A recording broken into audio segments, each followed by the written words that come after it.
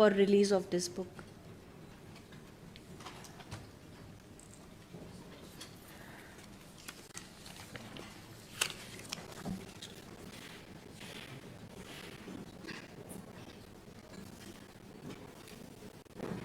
Ministry of Ayush acknowledges the efforts of Dr. BCS Rao, Assistant Director, Ayurveda CCRAS, Dr. Avinash Chen, Dr. Ashwin Chandra, Dr. Amit Rai, Dr. Sophia Jamila, Dr. Asim Ahmed, and Dr. Dheeraj Devnath for compilation of this booklet.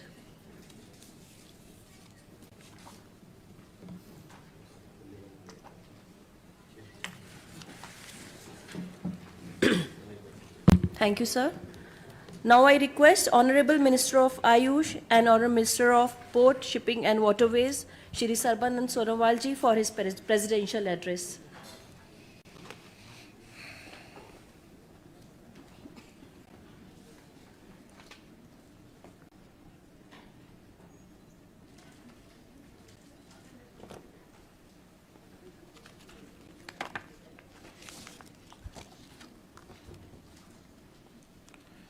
Namaskar. Today, we are all happy to be associated to each other in the spirit of brotherhood, and we are here to promote the principle of humanity. Respected Union Minister for Ayush, Dr. Manjupara Mahendra Bhai, respected Secretary, Ministry of Ayush, Padma Shri Vaidya Radish Katisha ji, official from the Ministry of Ayush and Ministry of External Affairs, respected delegate from ASEAN member countries, and all the distinguished speaker, expert, practitioners, official, and industry partners. It is with great pleasure that I address this esteemed gathering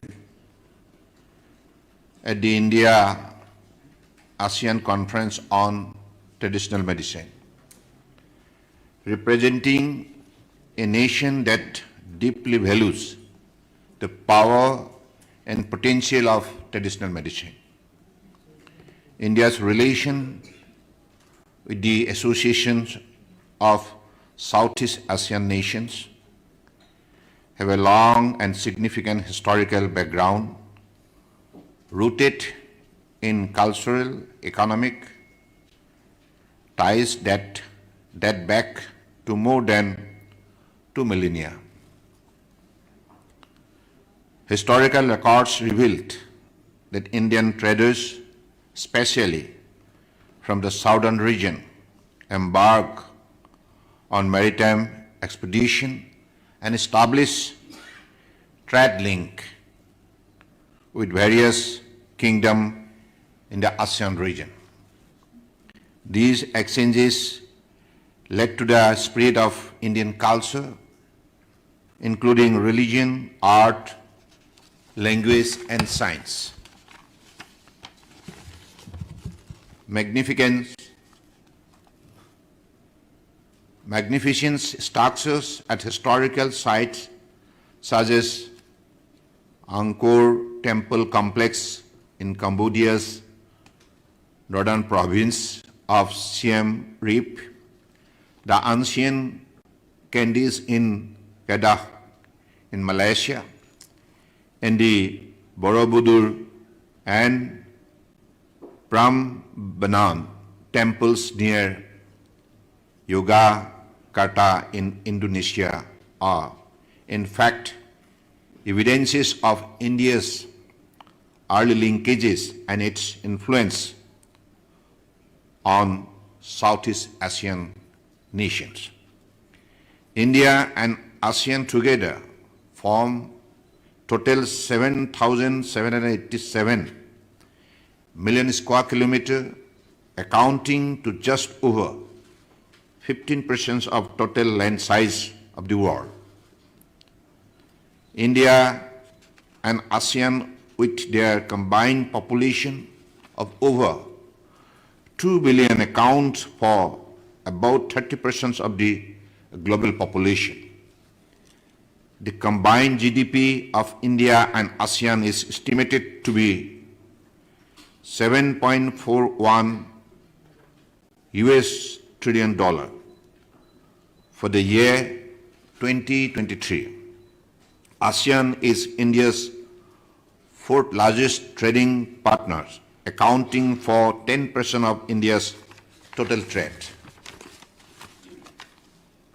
This enumerates the huge potential for trade and development in the sector.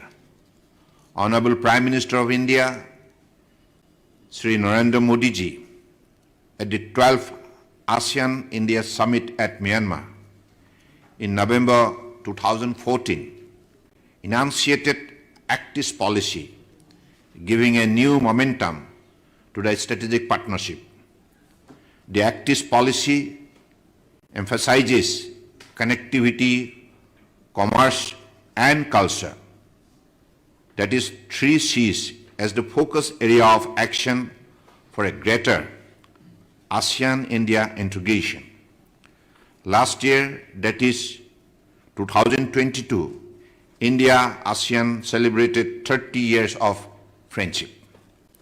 The traditional medicine sector has potential to fulfill all the 3 C's. India and the ASEAN nations share a rich heritage of traditional medicine system that have been nurtured and practiced for centuries. They are blessed with rich biodiversity and have a lot of similarity in the flora, which has also found place in their traditional diet. Our collective wisdom in this field encompasses deep-rooted system of traditional medicines like Jamu medicine of Indonesia, Malay medicine practiced in the region with Malay communities, including in Malaysia, Indonesia, Singapore, Myanmar traditional medicine, Thai traditional medicine of Thailand, and Vietnamese traditional medicine. Indian traditional system, popularly known as Ayush, system of medicine consisting of Ayurveda, Yoga and Naturopathy, Unani, Siddha, Soharikpa, and Homeopathy, which are well integrated into healthcare delivery system of the country. Under the visionary leadership of Prime Minister Sri Narendra Modi ji, Ministry of Ayush, through its various policy initiatives, strategies, and action, is strengthening, promoting, mainstreaming the Ayush system of medicine in accordance with the global context and national priorities from grassroots level. A robust ecosystem for Ayush is being developed by creating benchmark standard for education, research, product, practices, practitioners of Indian traditional system of medicine for achieving the sustainable development goals and universal health coverage. Ladies and gentlemen, regulatory reforms brought in the Ayush medical education sector over the last 9 years have transformed this sector, bringing in transparency, meritocracy, and expansion. The statutory bodies, National Commission for Indian System of Medicine, National Commission for Homeopathy, have been established to regulate the standard of education, teaching, training, recognition of degrees, and practice of Indian system of medicine and homeopathy. Institute of Teaching and Research in Ayurveda is the first and only institution with institute of national importance in Ayush sector. This has taken Ayurveda education to a new height. National Institute of Ayurveda was conferred the deemed to be university status under de novo category and was dedicated to the nation by the Honorable Prime Minister of India, Sri Narendra Modi ji, on 13th November 2020. The first ever All India Institute of Ayurveda set up to bring synergy between the traditional wisdom of Ayurveda and modern diagnostic tools and technology. It is bridging the gaps in the scientific information about quality, safety, efficacy of Ayurveda product and developing standard for Ayurvedic education, research and healthcare services. The Global Center for Traditional Medicine of World Health Organization being set up at Jamnagar with the support of India will help member countries in taking enabling steps in their respective countries for strengthening education practices of traditional medicine. It can act as a force multiplier in each member state in providing an access to safe, effective, low-cost coverage for promotion of health and prevention of diseases in all member states. Yoga symbolizes the union of body, mind and consciousness. Today, it is practiced in various forms around the world and continues to grow in popularity. The International Day of Yoga is celebrated every year on 21st June with great enthusiasm worldwide. Yoga has immense potential in providing stability to body and mind. To bring in wider outreach and practice of yoga, Ministry of Ayush had launched apps, that is WHO M Yoga app, Namaste Yoga app, Vibrate Yoga app. One Health emphasizes the importance of understanding and addressing the health challenges that arise at the interface of humans, animals and their shared ecosystem. Current health care systems are being challenged by various disease burdens, that is antimicrobial resistance, non-communicable diseases, mental health disorder, climate and environmental health communicable diseases, pandemics, post-pandemic condition. To combat the challenges of health care system, traditional medicine can be a significant tool as the local population frequently perceive it as more readily available, more economical, more acceptable healthcare system with an option that balances curative services with preventive, promotive and rehabilitative care. I congratulate Indonesia, who is the current chair of ASEAN, and convey my best wishes to them.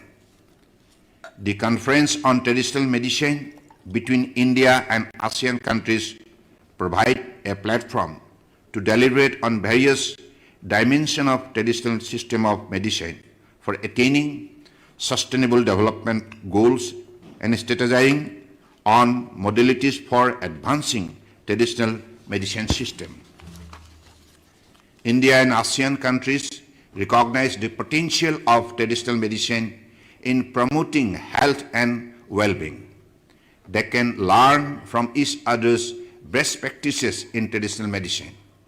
Further, sharing experiences on regulatory framework, quality control measures, and integration of traditional medicine into healthcare system can help improve standard and effectiveness. Collaborative efforts between traditional medicine practitioners, healthcare professionals, policymakers, and communities are crucial to harness the potential of traditional medicine in achieving sustainable development goals, universal health coverage, and advancing global health and well-being. India, under the dynamic leadership of Honorable Prime Minister Narendra Modi ji, believes in the principle of Vasudhaiva Kutumbakam. Indian traditional system of medicine also believes in the said principle, since all the beings are made of 5 elements. Thus, traditional system of medicine has great potential to play a major role in achieving the aim of One Health. The ASEAN conference will be another feeder in the said principle to develop Vishwa Bandhutva. Namaste, thank you, Jai Hind.